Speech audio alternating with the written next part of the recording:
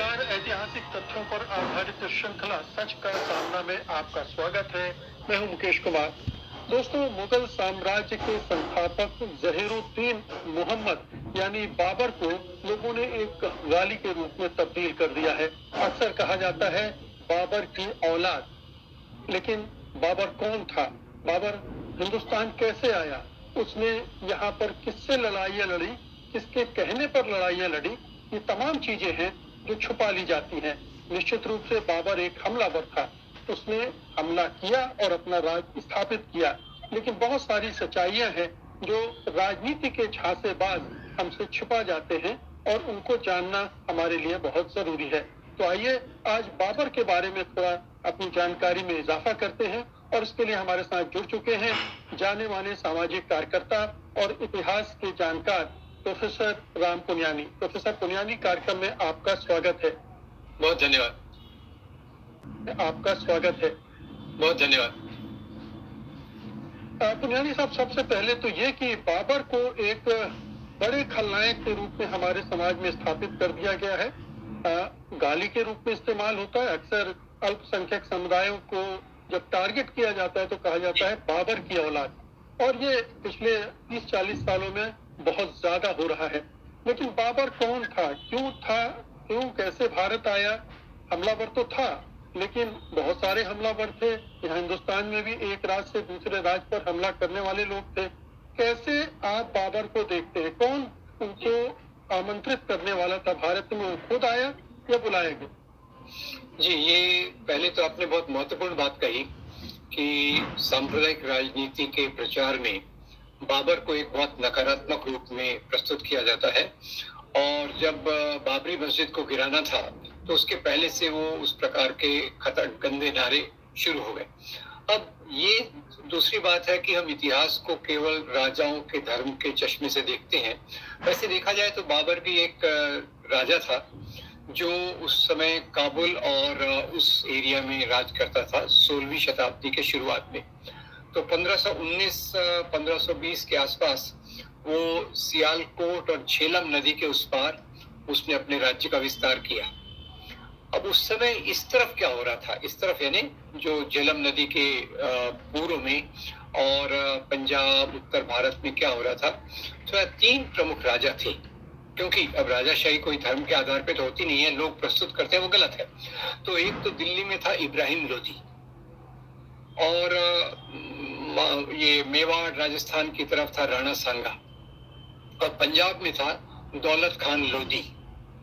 तो ये 3 यहाँ के बड़े राजा हो गए, और इनके आपस में संघर्ष थे। जैसे दौलत लोधी को लगता था कि वो इब्राहिम लोधी को हराए, राणा सांगा को लगता था कि वो इब्राहिम लोधी को हराए।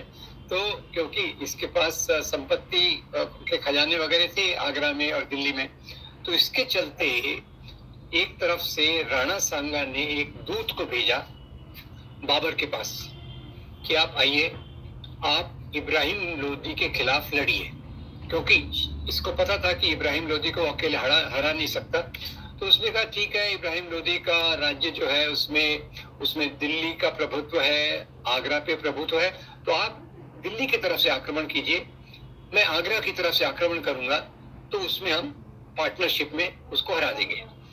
तो ऐसी दौलत खान लोधी का भी यही इरादा था कि भाई बाबर को बुलाया जाए और इब्राहिम लोधी के साम्राज्य को, इब्राहिम लोधी के राज्य को ये किया जाए। तो खैर, वैसे मुख्य बात तो कहूँ, राजाओं को आक्रमण करने के लिए कोई निमंत्रण की जरूरत नहीं रहती। कोई निमंत्रण, वो वैसे भी देखते रहते हैं कि मैं राज्य का विस्तार कैसे करूं। तो एक तरफ राणा सांगा का दूत आया, दूसरी तरफ दौलत खान की तरफ से आया, तो बाबर इस तरफ आया, और वो एक चालाक जनरल था। वो युद्ध की कला में बहुत माहिर था। उसकी सेना की जो भी साइज हो, उसने अपनी बड़ी सेना की साइज को हराया। पहले दौलत खान को हराया, और फिर इब्राहिम लोधी की फौज आई और इनकी लड़ाई हुई पानीपत में। और ये पानीपत की लड़ाई ने यहाँ के इतिहास को एक नई दिशा दे दी, क्योंकि भले ही इब्राहिम लोधी की फौज बड़ी थी, पर बाबर का जो युद्ध नीति थी उसके चलते उसने इब्राहिम लोधी को हरा दिया, आके दिल्ली पे राज किया। अब इधर से क्या होता है, राणा सांगा ये आगरा पर जाके आक्रमण नहीं करता, उनकी समझ क्या थी कि आप दिल्ली से आइए, मैं आगरा में ये करूंगा तो इसको हम सफाया कर देंगे। और राणा सांगा, ऐसा इतिहासकार कहते हैं बाद में, कि राणा सांगा को शायद लगा कि बाबर भी वैसे ही एक लुटेरा होगा, जैसे पहले कई मुस्लिम लुटेरे आए, लूट के चले गए, ये भी आएगा, खजाना लेकर चला जाएगा और मेरा राज्य का विस्तार हो जाएगा। ये राणा सांगा की नीति थी। इसलिए राणा सांगा ने आगरा पे आक्रमण नहीं किया। राणा सांगा ने आक्रमण नहीं किया तो बाबर ने दिल्ली पे भी कब्जा जमाया, आगरा पे भी कब्जा जमाया। आगरा पे उसने अपने बेटे हुमायूं को भेजा, हुमायूं ने वहां किया, इसने यहाँ राज किया, तो इसका राज्य स्थापित हो गया। और उसने अब फैसला कर लिया, जिसको वापस जाना है, क्योंकि फौज में सब लोग हैं, जिसको वापस जाना है जाए, मैं तो यहाँ टिक गया, ऐसा है नहीं। वो यहाँ उसने शासन करने की शुरुआत की। तो फिर राणा सांगा, अब देखते हैं कि भाई उसका तो रास्ता बंद हो गया। तो फिर राणा सांगा और बाबर में खानुआ में लड़ाई होती है। अब ये लड़ाई को हम तो हमेशा हिंदू मुसलमान के चश्मे से देखते हैं, राणा सांगा हमारे हैं, बाबर उनके हैं, राणा सांगा यहाँ के हैं, बाबर विदेशी हैं।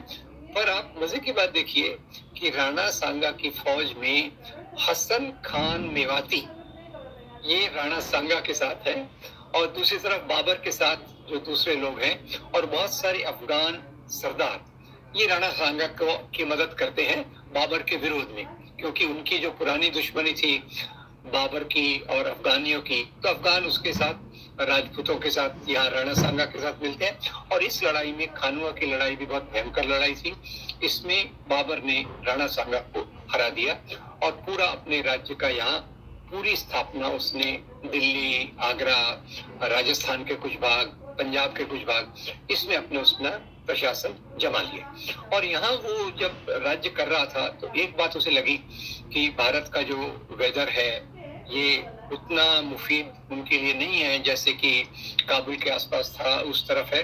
फिर भी उसने देखा कि यहाँ बाकी चीजें हैं जिसके कारण उसने यहाँ ठहरने का फैसला किया। अब मैं बाबर की ये तो पहली बात बता दूं कि ये हिंदू मुसलमान का मामला नहीं था।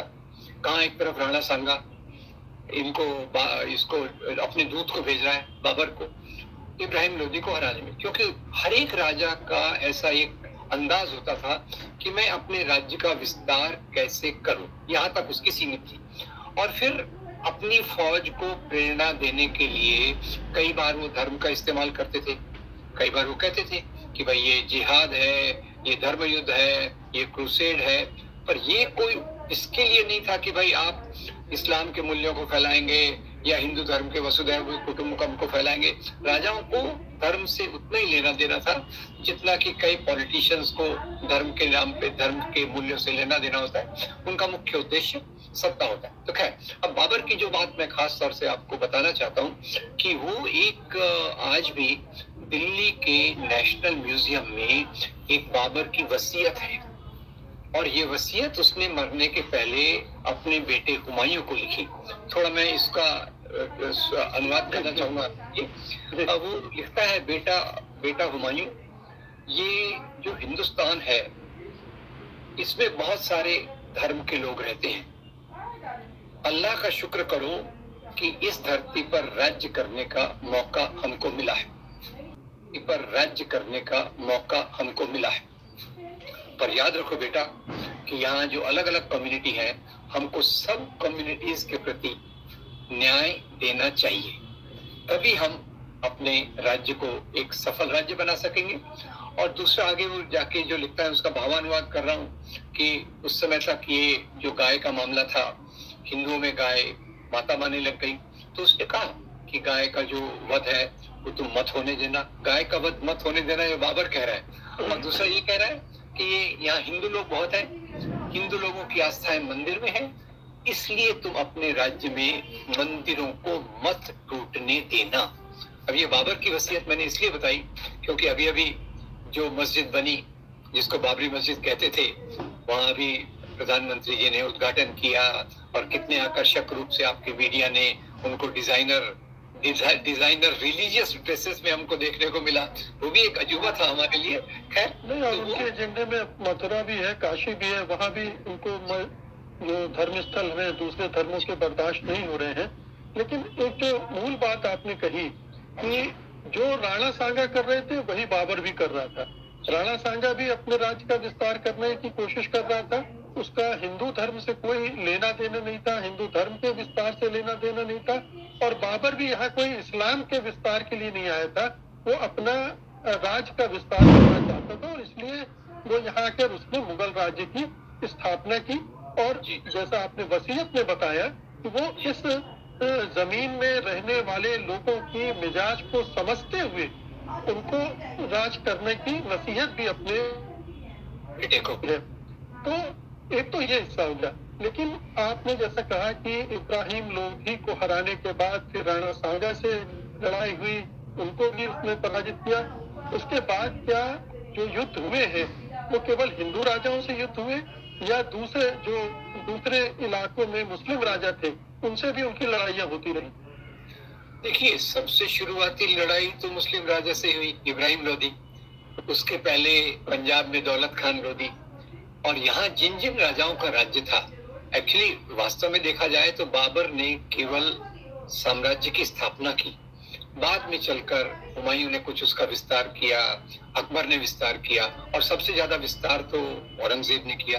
तो उसकी यहाँ हमें एक बात का ख्याल रखना चाहिए कि लड़ाई में हिंदू मुसलमान का आधार नहीं होता। राजा से अगर आपकी संधि हो जाए, समझौता हो जाए, तो आपके साथ एक स्टेटस में काम करता है। जैसे आप औरंगजेब के साथ देखिए तो राजा जय सिंह भी हैं, राजा जसवंत सिंह भी हैं, औरंगजेब के 33% अधिकारी वो हिंदू राजा हैं। और ये अगर आप अकबर को देखें, अकबर के बारे में तो ज्यादा लोकप्रिय है, तो अकबर के बारे में आप देखें तो वहाँ राजा टोडरमल भी हैं, राजा बीरबल भी हैं। तो ये उसने जो राज्य का विस्तार किया, यहाँ उस समय छोटे छोटे राजा थे। और जो राणा सांगा भी चाहते थे कि इन राजाओं को हरा के अपने राज्य का विस्तार किया जाए, और उसमें इब्राहिम लोधी उनके रास्ते में एक बड़ी रुकावट आ रही थी। इसको उसके लिए हराने के लिए उसने ये बाबर के आने की योजना बनाई। पर यहाँ के जो भी छोटे क्योंकि राजाशाही में भी आप देखिए, राजाशाही में भी बड़े जमींदार के बाद जो राजा होता है छोटे क्षेत्र में होता है, फिर बड़े क्षेत्र में होता है। तो इस प्रकार से कई प्रकार के राजा थे, जिनमें मुसलमान भी थे, हिंदू भी थे। कईयों से उन्होंने समझौता किया। और बाद में तो देखिए राणा सांगा से तो इनका युद्ध हुआ। और आप बाद में देखिए तो ज्यादातर कई इतिहासकार तो इसको मुगल पीरियड, मुगल राज्य नहीं कहते हैं, वो मुगल राजपूत राज कहते हैं। क्योंकि बाद में चलकर ज्यादातर मुगल राजाओं की राजपूतों से बहुत गहरे संबंध हो गए और उनके प्रशासन में, उनके राज्य में उनका एक बहुत महत्वपूर्ण स्थान था। तो बाबर ने वास्तव में बाद में जो लड़ाइयां लड़ी वो बहुत ज्यादा नहीं थी। बाबर ने मुगल राज्य का जो, अगर बाबर का आप नक्शा देखें राज्य का, तो इतना बड़ा नहीं है। ये धीरे धीरे करके बढ़ता जाता है। केवल 4 साल ही जीवित रहा, कुल मिलाकर 4 साल ही। उसके बाद उसकी मृत्यु हो गई और हुमायूं राजा बन गए। लेकिन एक बात बताएं कि सांगा को आमंत्रित किया, उसके पहले भी बाबर ने कई हमले किए इस तरफ, 4 या 5 बार अटैक किए और उसमें उनको कामयाबी नहीं मिली। लेकिन जब सांगा का साथ मिला और उससे वो आए और फिर उन्होंने अटैक किया और उसमें कामयाबी मिली, क्या ये सही है? नहीं, मुझे लगता है कि बाबर का जो मुख्य क्षेत्र था वो झेलम नदी के पश्चिम में था।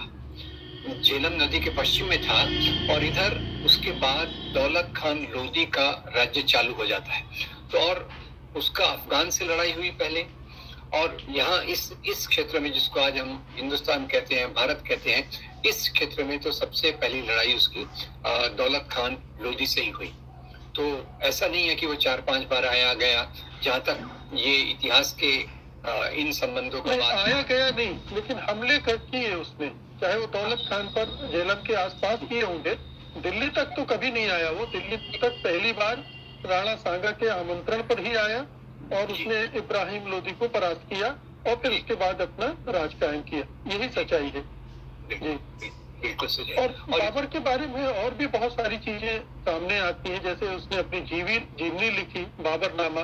उसको एक विद्वान शासक के तौर पर भी जाना जाता है। और जैसा आपने कहा कि मिली जुली संस्कृति को सम्मान करने वाला था।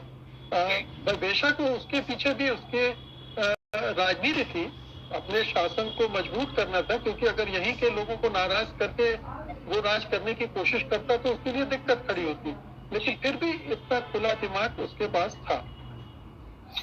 मेरे ख्याल से वो काफी एक शिक्षित व्यक्ति था, और उसके बाबर नामा का जो अध्ययन करते हैं वो बताते हैं उसमें वो काफी गहराई से यहाँ के फूलों का, फलों का, मौसम का, कपड़ों का, लोगों के रिवाजों का बहुत अच्छे से वो वर्णन करता है। तो यानी वो एक काफी अलग प्रकार का राजा था। भले उसने यहाँ 4 साल तक राज किया, पर उसने जैसे उसकी एक वसीयत से हमको पूरा अंदाजा आ जाता है कि वो किस प्रकार का व्यक्ति था।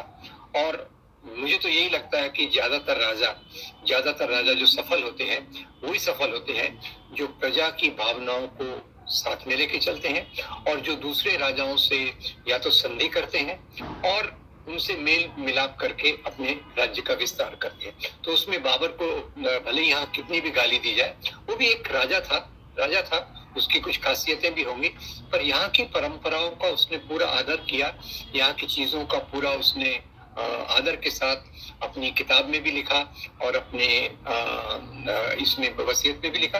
अब ये दुर्भाग्य की बात है कि उसी के नाम पे जो मस्जिद बनी थी उसके पीछे वो पूरा विवाद खड़ा किया गया, और उस मस्जिद को ढा के भारत की राजनीति में एक बहुत बड़ा नकारात्मक मोड़ लाया गया। ये निश्चित रूप से एक दुर्भाग्य की बात है। जी, तो जो लोग भी इस एपिसोड को देख रहे हैं उन्हें ये समझने की जरूरत है कि बाबर वैसा नहीं था जैसा दिखाया जाता है, और बाबर के नाम पर एक समुदाय को खलनायक के रूप में पेश करने की जो कोशिश की जाती है उसके पीछे दुर्भावनाएं भी है और राजनीतिक प्रयोजन भी है, राजनीतिक एजेंडा भी है, और उस एजेंडे को हम आगे बढ़ता हुए भी देख रहे हैं, और उसके जो नकारात्मक पक्ष हैं उनको भी हम अपने सामने प्रकट होते हुए देख रहे हैं। तो बहुत सावधानी के साथ बाबर और बाबरी की औलाद जैसी गालियों को समझने की जरूरत है। बहुत बहुत शुक्रिया प्रोफेसर पुनियानी आज की बातचीत के लिए। धन्यवाद आपका।